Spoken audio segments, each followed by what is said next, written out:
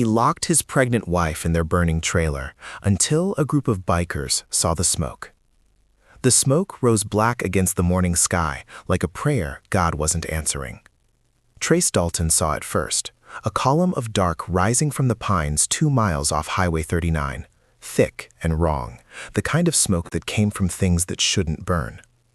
He raised his fist, the signal cutting through the rumble of 6 Harleys. Behind him, the Iron Saints Motorcycle Club throttled down, engines growling questions into the October air. Inside the smoke, behind a locked door and windows nailed shut from the outside, Sarah McKenna pressed her hands against her swollen belly and tried to remember how to pray. Wait. Before the next ride begins. If this story already hit you right in the chest, tell us where you're watching from. To ride with the Brotherhood through the next promise, loss, or redemption, subscribe and join the club. Engines up. Back to the road. The Iron Saints had been riding since dawn. 6 men, 6 bikes, heading east toward a veterans charity run in Asheville. It was the kind of ride the club did every year, the respectable face they showed the world.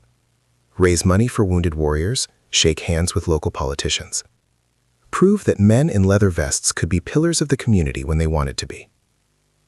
Trace Dalton, road captain and de facto leader when President Cole Brennan wasn't around, had been looking forward to a clean ride.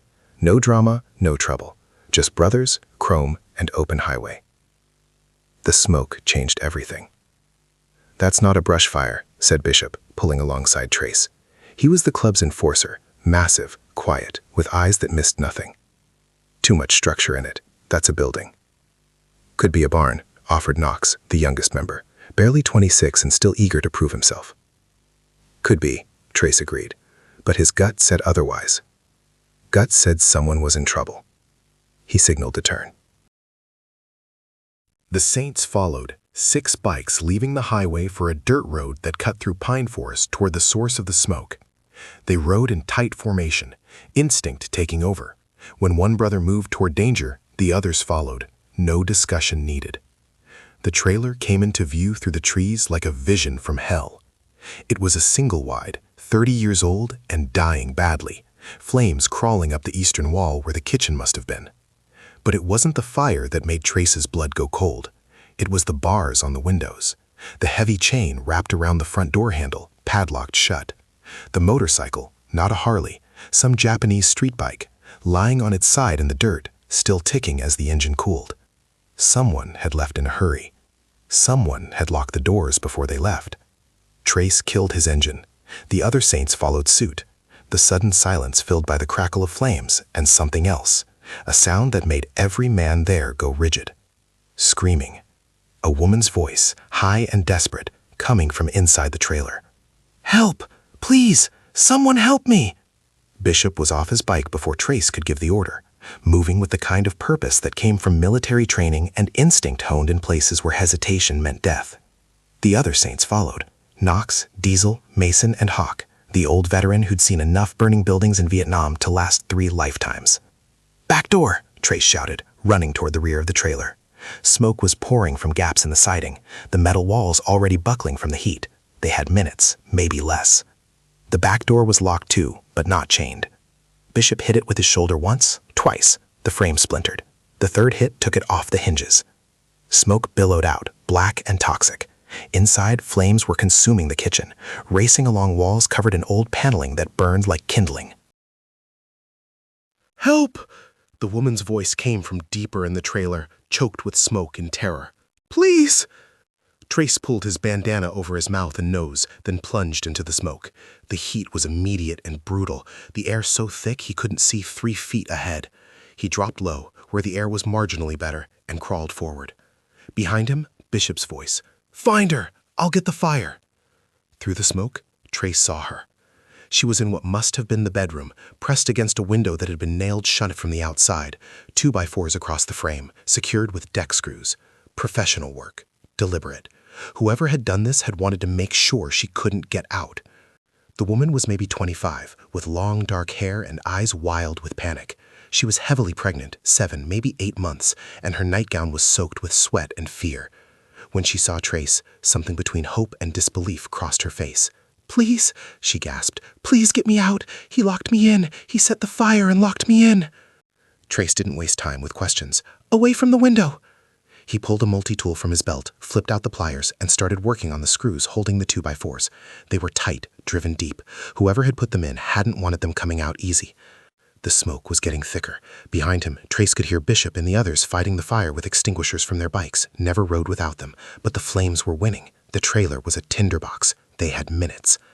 Who did this? Trace asked, working the screws, trying to keep the woman focused. Panic killed. Focus saved lives.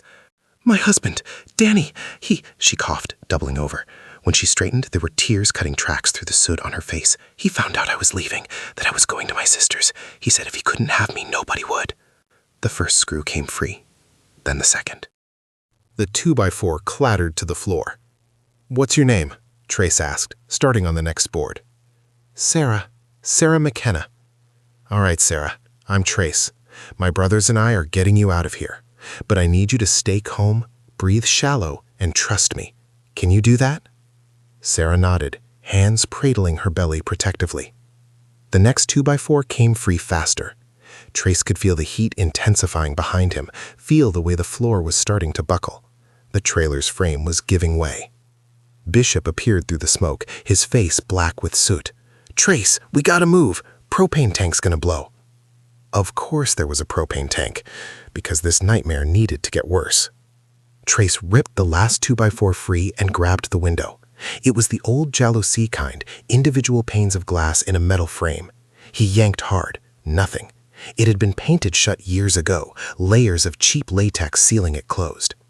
Move, Bishop ordered. He had a tire iron in his hand, pulled from someone's saddlebag. He swung it once, hard. Glass shattered. He knocked out the remaining shards, clearing a space big enough for a person.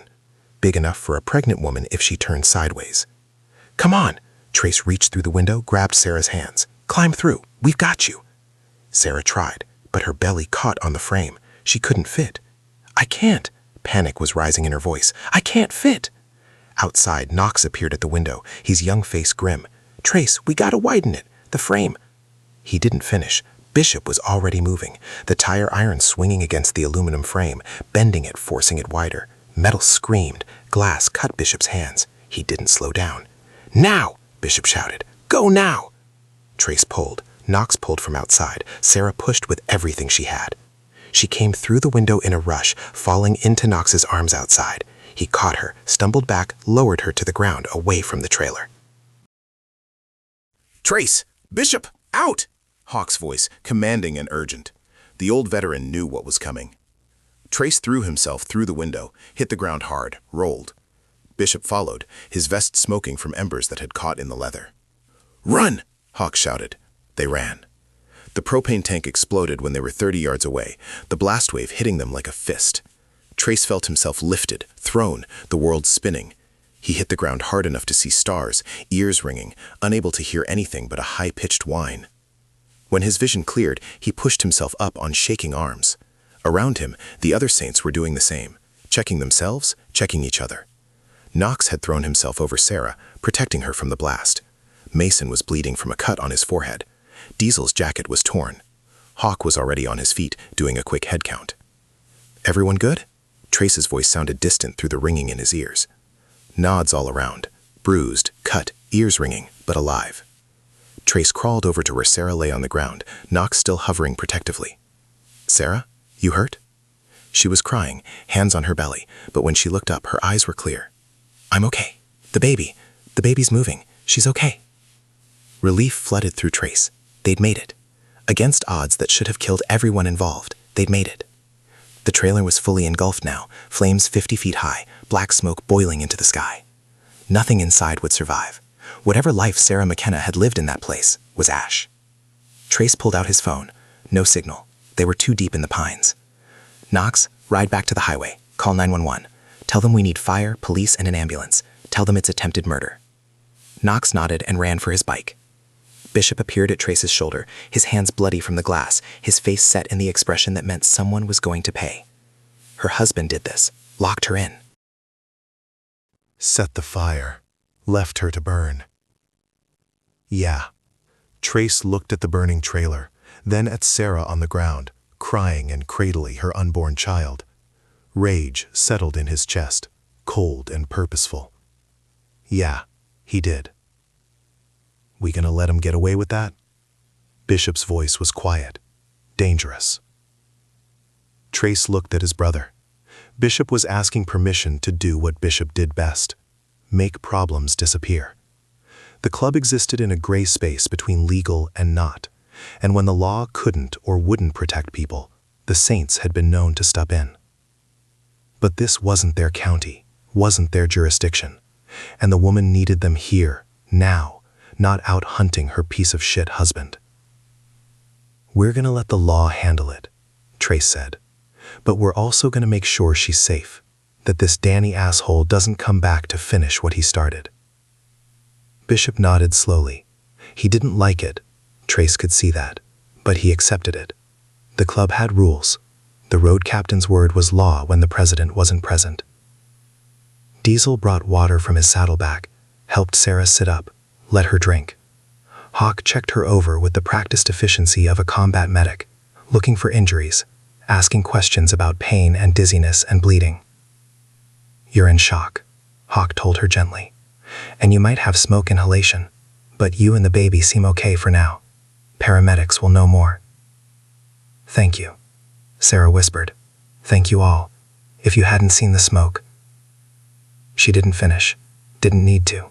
They all knew what would have happened. Mason, the club's mechanic, was examining the Japanese street bike that lay in the dirt. Is this her husband's bike? Yes. Sarah's voice went flat. He bought it 6 months ago, spent money we didn't have. I told him we needed it for the baby. He said the bike was more important. Registration's in the storage compartment. Mason called. Daniel James McKenna. Address matches this property. Trace filed the name away. Daniel James McKenna. The man who'd locked his pregnant wife in a burning trailer. In the distance, sirens began to wail. The response was overwhelming. 3 fire trucks, 2 sheriff's cruisers, an ambulance, and eventually a detective in an unmarked sedan. The fire department focused on containing the blaze.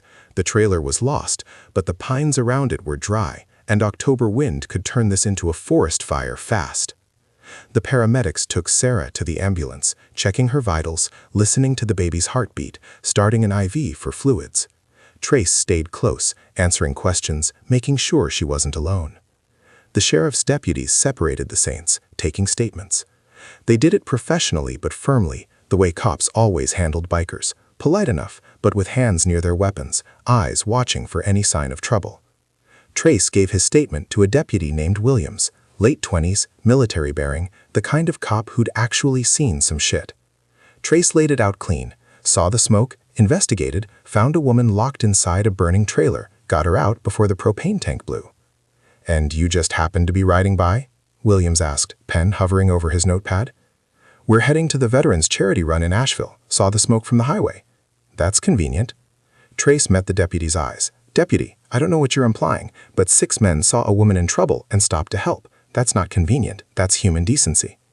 Williams studied him for a moment, then nodded. "Fair enough. And you said the victim claimed her husband locked her in?" "Daniel James McKenna, that's his bike." Trace gestured to the street bike. "She said he found out she was leaving him, so he locked her in and set the fire. That's attempted murder." "Yeah, it is." Williams flipped his notebook closed. "All right, we'll need to find McKenna." You and your club planning to stick around, or are you heading to your charity run? Trace looked over at the ambulance where Sarah sat wrapped in a blanket, looking small and lost and terrified. "We'll stick around until she's safe." "That could be a while." "We got time." The detective arrived an hour later. His name was Garrett, 50-something with gray at his temples and the weary eyes of someone who'd seen every flavor of human cruelty. He talked to Sarah first, gentle but thorough, recording her statement while paramedics continued to monitor her. Then he came to the saints. "Mr. Dalton, I'm Detective Garrett. I need to ask you some questions about what happened here." They went through it again. The smoke, the locked doors, the rescue, the explosion. Garrett listened, made notes, asked clarifying questions. Professional. Not hostile, but not exactly friendly either. "Mrs. McKenna says this isn't the first time her husband has been violent. Garrett said. Says he's hit her before, threatened her, but she never filed a report. A lot of victims don't, Trace said quietly. Fear? Shame? Hope that it'll get better? 1,000 reasons. You sound like you know something about domestic violence. I know that men who hit women are cowards and that most victims feel trapped. Garrett studied him. The Iron Saints. You boys run out of Charlotte, right? That's right. Mostly clean operations, security work, some collections that exist in a legal gray area, but no drugs, no trafficking, no violent crime on your sheet. We're not criminals, detective. We're a motorcycle club. Motorcycle club with a code, Garrett said. I've heard that before, usually right before someone ends up in a shallow grave. Trace kept his expression neutral. We help people when we can. That's all we did today. Garrett was quiet for a long moment, weighing something. Then he said, Daniel McKenna has a history. Drunken disorderly, assault charges that got pled down. Restraining order from a previous girlfriend. He's a mean drunk with a short fuse and a pattern of hurting women. So arrest him. We will, when we find him. Garrett pulled out a business card, handed it to Trace. In the meantime, if you or your club happen to see McKenna, you call me. You don't take matters into your own hands. We clear? Trace took the card. Crystal. I mean it. You boys did a good thing today. Don't ruin it by playing vigilante. Understood. Garrett nodded, then walked back toward his car. But he stopped halfway, turned back. Off the record? Thank you for getting her out. Most people would have just called 911 and waited. We're not most people, Trace said. No, you're not. The ambulance took Sarah to Mountain View Regional Hospital, 20 miles south. The paramedics wanted her monitored. Smoke inhalation, shock, the baby's condition. She'd be there overnight at least, maybe longer. The Saints regrouped in the dirt lot as fire crews finished containing the blaze. The trailer was a smoking skeleton, twisted metal and ash, nothing salvageable. Whatever Sarah owned was gone. What now? Knox asked. The youngest member had taken the rescue hard. Trace could see it in his eyes, the way his hand shook slightly when he thought no one was looking. Knox had done good work today, but seeing a pregnant woman nearly die had shaken something loose in him. Now we make sure she's safe, Trace said. Cole's gonna have my ass for missing the charity run, but that's tomorrow's problem. Today, we make sure Daniel McKenna doesn't come back to finish the job. You think he will? Diesel asked. I think a man who locks his pregnant wife in a burning trailer will do anything. Trace looked at each of his brothers in turn. So we take shifts, 2 at the hospital at all times. Rest of us stay close, stay ready. And if McKenna shows his face, we call the cops first, handle him second. And if he runs, Bishop asked quietly, then he runs. Our job isn't hunting him, it's protecting her. The brothers nodded. They'd done this before. Protection detail for people the law couldn't or wouldn't help. Women fleeing abusive relationships. Witnesses who needed to stay breathing until trial. The Iron Saints had started as a bunch of vets who liked to ride. Over the years, they'd become something more, a brotherhood that stepped in when the world failed people. They rode to the hospital in formation, 6 Harleys cutting through mountain roads with purpose. At the hospital, they split up, Trace and Bishop inside, the others in the parking lot, visible and waiting. The hospital staff weren't thrilled about bikers in their waiting room, but Trace explained the situation to the charge nurse, a steel-haired woman named Margaret who looked like she'd fought her own battles and won. You boys planning to camp out here? Margaret asked, arms crossed. Yes, ma'am, until we know Mrs. McKenna is safe.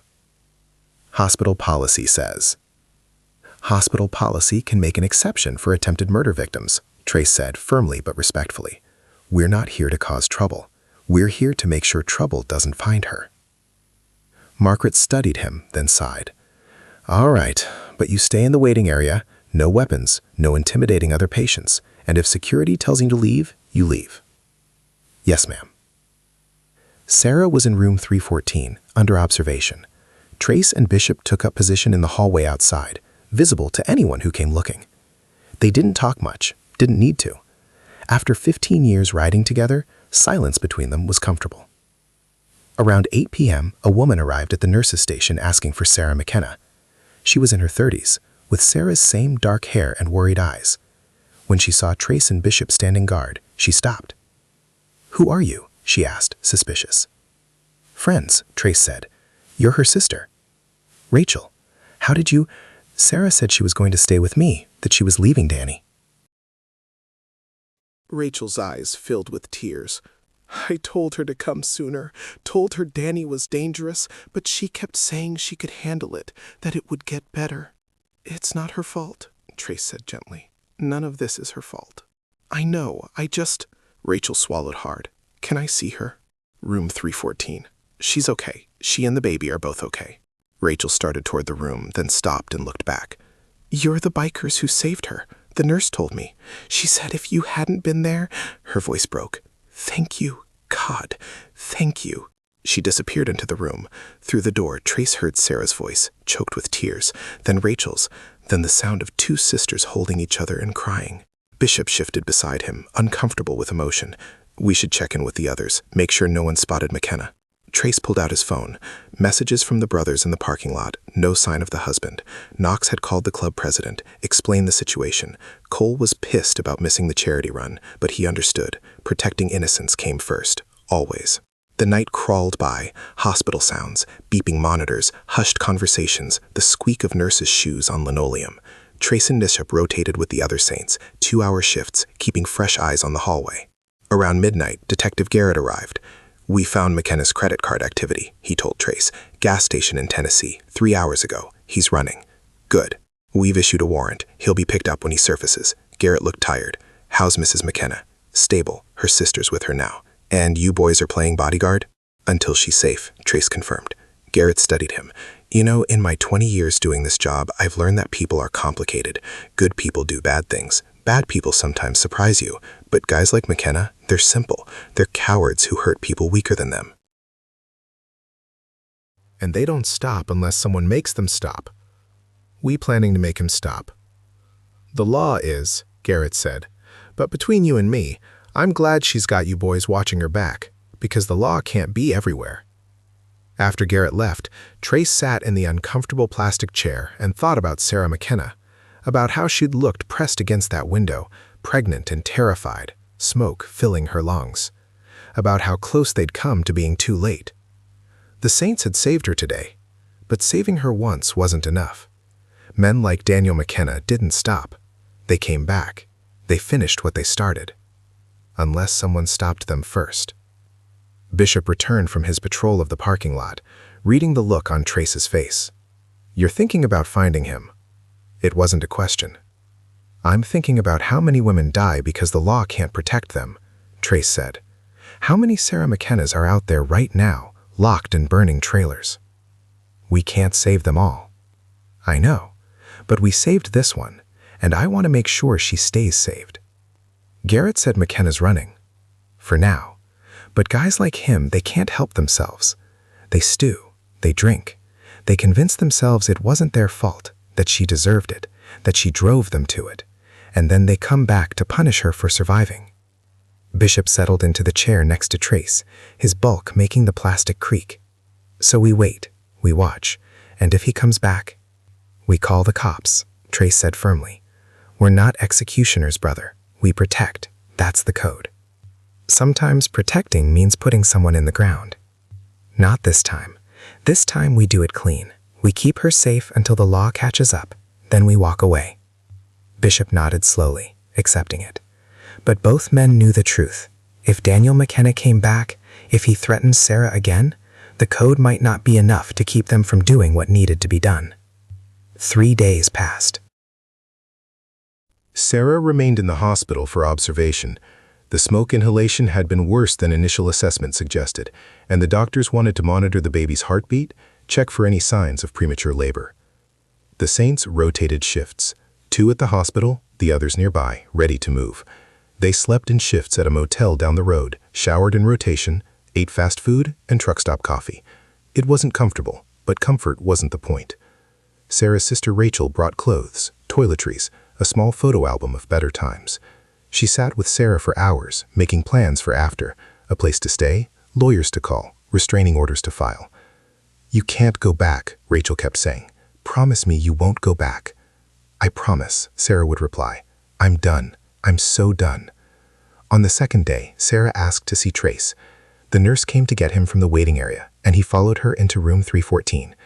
Sarah was sitting up in bed, hospital gown loose around her shoulders, one hand on her swollen belly.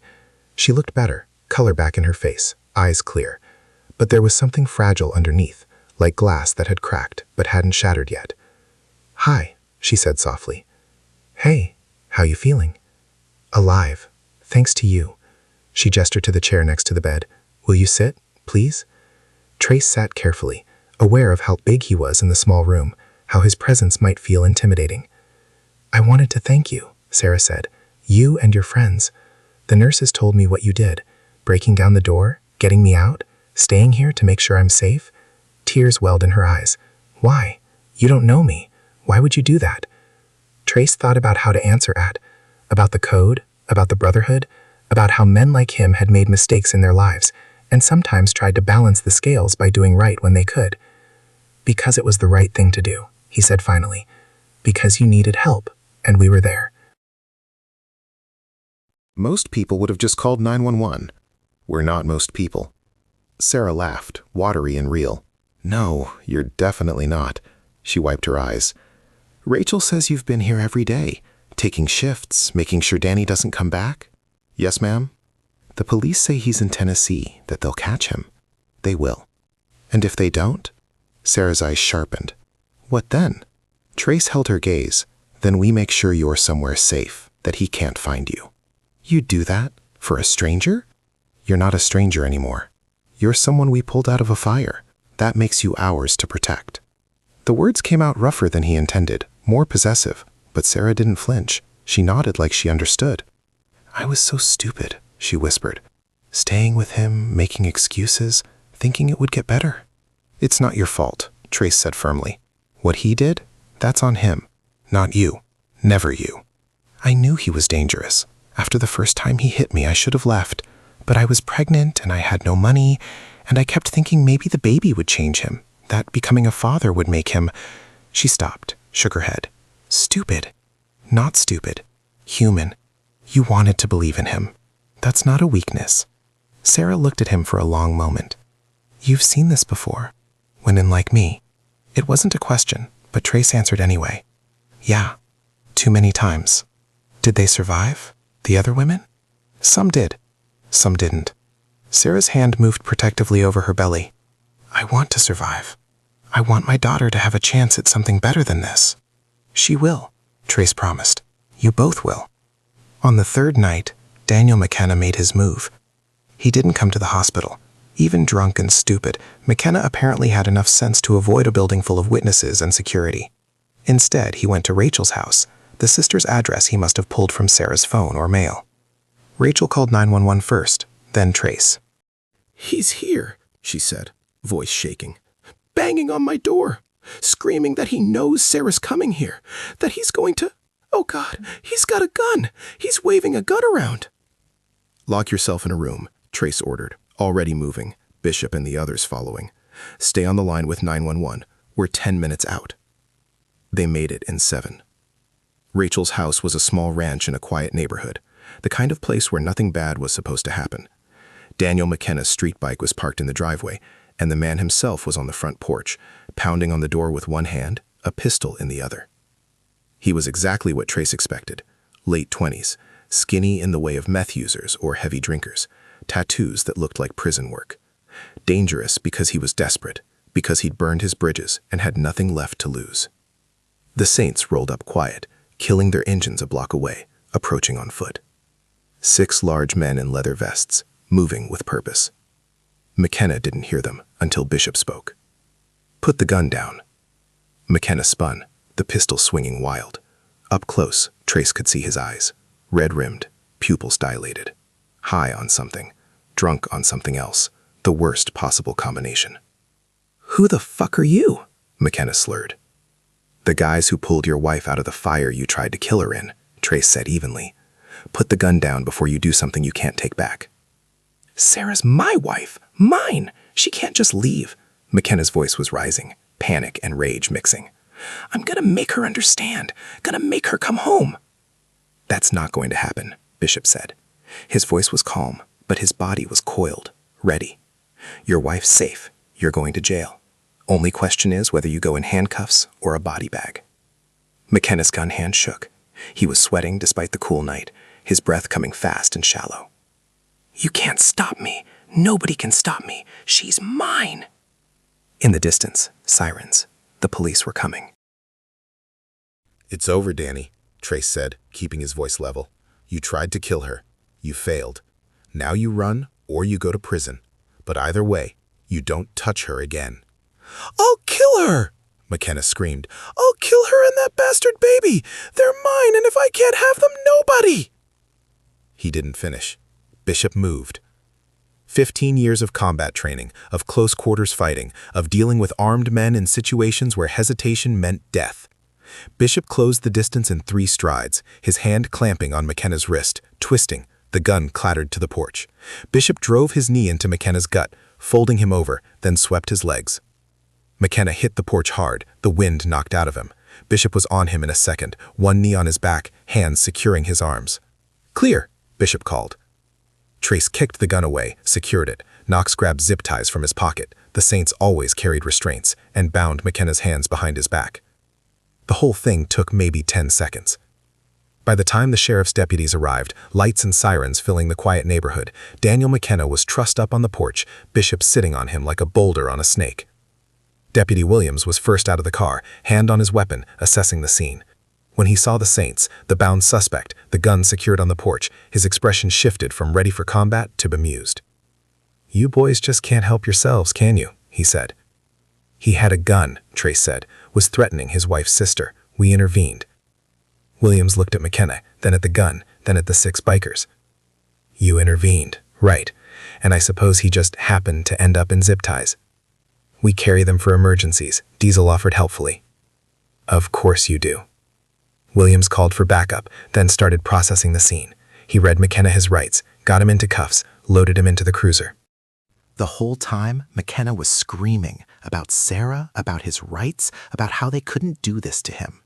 Nobody was listening. Detective Garrett arrived 20 minutes later. He walked the scene, talked to Williams, talked to Rachel, who emerged from her house shaking but unharmed. Then he approached the Saints. "You were supposed to call me if McKenna showed up," Garrett said. "We did," Trace replied. "Rachel called 911. You got here. You also took him down, with extreme efficiency. He had a gun. We're trained. We handled it." Garrett was quiet for a long moment. Then he sighed. "You know what? I'm not even mad. You did good work. Again." He pulled out his card, handed a new one to Trace. "But seriously, next time, call me before you go all vigilante justice." "We're not vigilantes," Trace said. "We're just citizens who give a damn. Citizens who ride Harleys and carry zip ties. Everyone should carry zip ties. They're useful." Garrett almost smiled. "Get out of here. Give Mrs. McKenna my regards. Tell her she's safe now. He's going away for a long time." The Saints left Rachel's neighborhood the way they came, 6 bikes in formation, riding through the night. But instead of heading back to Charlotte, they rode to the hospital. Sarah was awake when they arrived, sitting up in bed, her sister on the phone with the police, getting updates. When she saw Trace in the doorway, she knew. "He came back," she said, not a question. "Yeah, he came to your sister's house. We were there." "Is he?" Sarah couldn't finish the question. "He's alive, in custody, going to prison for attempted murder, plus assault with a deadly weapon, plus violation of a restraining order. He's done, Sarah. He can't hurt you anymore." Sarah's face crumpled. She cried, deep, wrenching sobs that came from a place of relief and grief and terror finally released. Rachel held her, whispered comfort, let her sister fall apart. Trace stood in the doorway, feeling awkward and out of place. This wasn't his moment. This was theirs. 2 sisters, survivors, figuring out how to breathe now that the threat was gone. But Sarah looked up, tears streaming down her face, and said, "Thank you. God, thank you. All of you." "Just doing what's right," Trace said. "No." Sarah shook her head. "Most people don't. Most people walk by, pretend they don't see, tell themselves it's not their problem." She wiped her eyes. "You saw smoke and you stopped. You didn't have to, but you did. You saved my life, my daughter's life." Trace didn't know what to say to that. The truth was, he and his brothers had done what anyone decent should do. The fact that so few people actually did it was an indictment of the world, not a credit to the saints. "You're safe now," he said finally. "That's what matters." Sarah nodded. Then, carefully, she reached into the drawer of her bedside table and pulled out a small piece of paper. She wrote something, then handed it to Trace. It was her phone number. "For when the baby comes," Sarah said, "I want you there. All of you. I want my daughter to meet the men who saved her life before she was even born." Trace took the paper, feeling the weight of it. "We'd be honored." 2 months later, on a cold December morning, Trace's phone rang. It was Sarah. "She's here," Sarah said, her voice tired and joyful. "Emma Rachel McKenna. 7 pounds, 3 ounces. Perfect." "Congratulations," Trace said, smiling. "How are you feeling?" "Exhausted, happy, alive." A pause. "Will you come? To meet her?" "Yeah, we'll come." The Saints rode to the hospital that afternoon, all 6 of them, plus a few more brothers who'd heard the story and wanted to pay respects. They brought flowers and stuffed animals, and the kind of awkward gifts men give when they don't know what babies need but want to show they care. Sarah was in a different room this time, holding a tiny bundle wrapped in pink blankets. Rachel was there, and Sarah's mother, a quiet woman with kind eyes who hugged each biker and called them angels. "She's beautiful," Trace said, looking down at Emma's tiny face. "She's alive," Sarah said, "because of you." Emma stirred, made a small sound, and Sarah adjusted her gently. The baby settled, content in her mother's arms. "I've been thinking," Sarah said, "about what to tell her when she's older, about her father, about what happened." "You'll tell her the truth," Trace said, "that her mother is brave, that she survived, that she chose to live. And that a group of bikers saved us," Sarah added, "that angels don't always have wings. Sometimes they have leather vests and Harleys." The Saints stayed for an hour, taking turns holding Emma, though most of them looked terrified of breaking her, and talking with Sarah about her plans. Rachel had a spare room. Sarah had applied for jobs, for assistance, for the kind of help you need when you're starting over from ash. It wouldn't be easy, but she'd survived the hardest part. Everything else was just living. As they left, Sarah called out to Trace, "Will you come visit? Sometime? I know you're busy, but—" "We'll visit," Trace promised. "You're family now." And they did. Every few months, the Saints would ride through, check on Sarah and Emma, make sure everything was okay. They brought gifts, toys and clothes, and eventually a college fund they all contributed to, though they swore Sarah to secrecy about that. Emma grew up knowing the Iron Saints as uncles, big, loud men who rode motorcycles and always had candy in their pockets and lifted her up to see the world from their shoulders. She didn't know the full story until she was 12, when Sarah finally told her. Told her about the fire, the locked doors, the men who stopped. Emma cried when she heard it. Then she hugged her mother and said, "I want to meet them. All of them. I want to say thank you." So, on her 13th birthday, the Saints rode to Sarah's house. She owned it now, a small place she'd bought with money saved from years of work and Rachel's help, and they had a party. Emma stood before them, this brave girl who looked like her mother, and said, "Thank you for saving my mom. Thank you for saving me. Thank you for teaching me that family isn't always blood. Sometimes it's the people who show up when everything's burning down." Trace looked at his brothers, at Bishop and Knox and Diesel and Mason and Hawk, at the men who'd stopped for smoke on a highway and changed lives without meaning to, and he felt something settle in his chest. They'd saved Sarah and Emma that day, but in a way, Sarah and Emma had saved them too, had reminded them that the code they lived by, protect the weak, stand for the helpless, be more than the patches on their backs, meant something real. That showing up mattered. That sometimes the best thing you could do was see smoke and stop. Years later, when Emma graduated high school with honors and a full ride to nursing school, the Iron Saints were there in the crowd. 6 older men now, some with gray in their beards, but still riding, still brothers. Emma gave a speech that made her mother cry.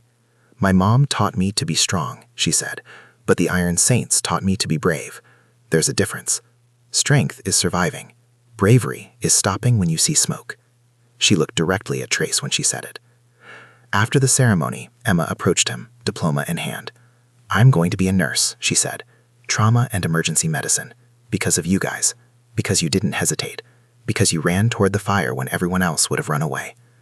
"That's good work, kid," Trace said, his voice rough. "Important work." "So is what you do," Emma replied. "Riding around, helping people, being there when nobody else is." "We're just bikers, kid." "No," Emma smiled. "You're the Iron Saints, and that means something." Trace hugged her then, this girl they'd saved 13 years ago, who'd grown into someone remarkable, who'd taken the worst moment of her life and turned it into purpose. "Proud of you," he said. "I learned from the best," Emma replied.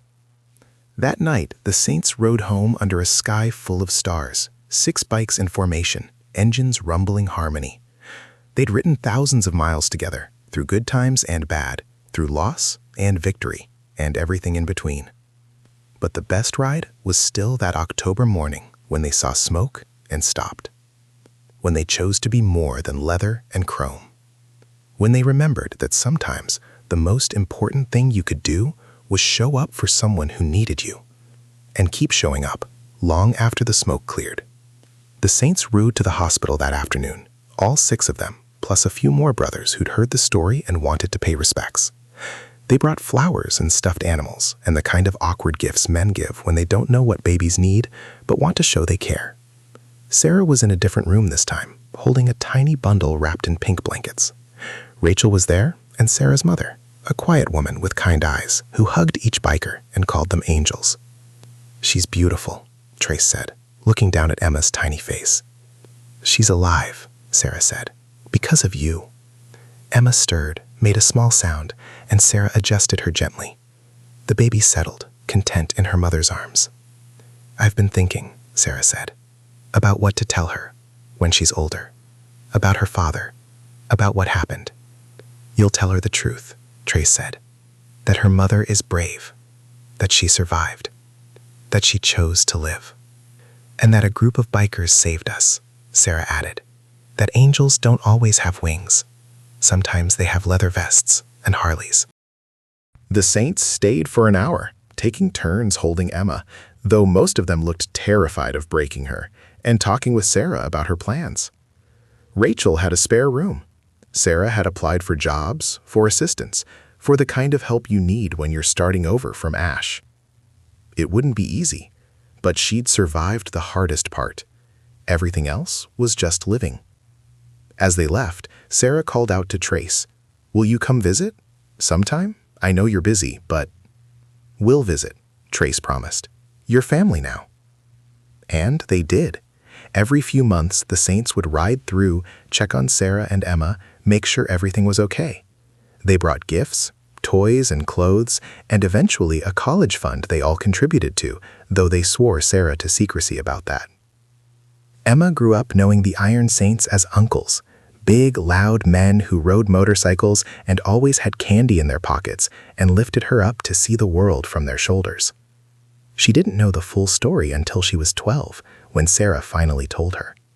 Told her about the fire, the locked doors, the men who stopped. Emma cried when she heard it. Then she hugged her mother and said, "I want to meet them, all of them. I want to say thank you." So, on her 13th birthday, the Saints rode to Sarah's house. She owned it now, a small place she'd bought with money saved from years of work and Rachel's help, and they had a party. Emma stood before them, this brave girl who looked like her mother, and said, "Thank you for saving my mom. Thank you for saving me. Thank you for teaching me that family isn't always blood. Sometimes it's the people who show up when everything's burning down." Trace looked at his brothers, at Bishop and Knox and Diesel and Mason and Hawk, at the men who'd stopped for smoke on a highway and changed lives without meaning to, and he felt something settle in his chest. They'd saved Sarah and Emma that day, but in a way, Sarah and Emma had saved them too. Had reminded them that the code they lived by, protect the weak, stand for the helpless, be more than the patches on their backs, meant something real. That showing up mattered. that sometimes the best thing you could do was see smoke and stop. Years later, when Emma graduated high school with honors and a full ride to nursing school, the Iron Saints were there in the crowd. 6 older men now, some with gray in their beards, but still writing, still brothers. Emma gave a speech that made her mother cry. "My mom taught me to be strong," she said, "but the Iron Saints taught me to be brave. There's a difference. Strength is surviving. Bravery is stopping when you see smoke." She looked directly at Trace when she said it. After the ceremony, Emma approached him, diploma in hand. "I'm going to be a nurse," she said. "Trauma and emergency medicine. Because of you guys. Because you didn't hesitate. Because you ran toward the fire when everyone else would have run away." "That's good work, kid," Trace said, his voice rough. "Important work." "So is what you do," Emma replied. "Riding around, helping people, being there when nobody else is." "We're just bikers, kid." "No," Emma smiled. "You're the Iron Saints, and that means something." Trace hugged her then, this girl they'd saved 13 years ago, who'd grown into someone remarkable, who'd taken the worst moment of her life and turned it into purpose. "Proud of you," he said. "I learned from the best," Emma replied. That night, the Saints rode home under a sky full of stars, 6 bikes in formation, engines rumbling harmony. They'd ridden thousands of miles together, through good times and bad, through loss and victory, and everything between. But the best ride was still that October morning when they saw smoke and stopped. When they chose to be more than leather and chrome. When they remembered that sometimes the most important thing you could do was show up for someone who needed you. And keep showing up long after the smoke cleared.